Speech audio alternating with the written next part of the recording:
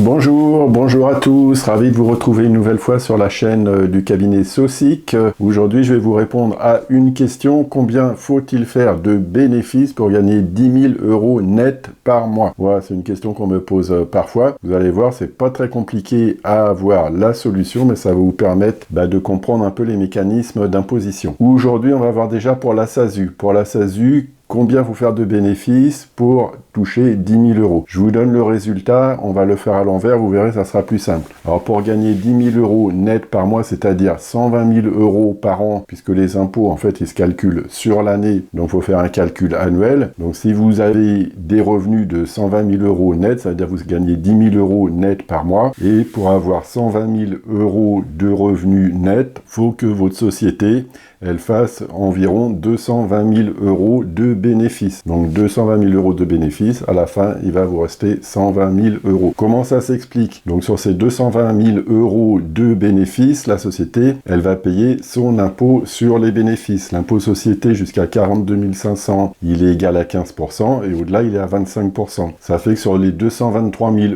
€ de bénéfices, vous allez avoir à peu près 50 000 € d'impôt sur les sociétés. Il va donc rester 173 000 € qui vont pouvoir vous être distribués sous forme de dividendes. Les dividendes, après, vous le savez, vous avez deux possibilités, soit c'est la flat tax, soit c'est le barème. Quand on fait les calculs, la flat tax, dans ce cas précis, c'est pas toujours le cas, attention, mais là, comme le revenu, il est assez élevé, la flat tax, elle est plus intéressante, et la flat tax, vous le savez, elle est de 30%. Donc sur les 173 000 €, vous allez avoir 30% de flat tax, ça fait à peu près 52 000 € d'impôt sur le revenu.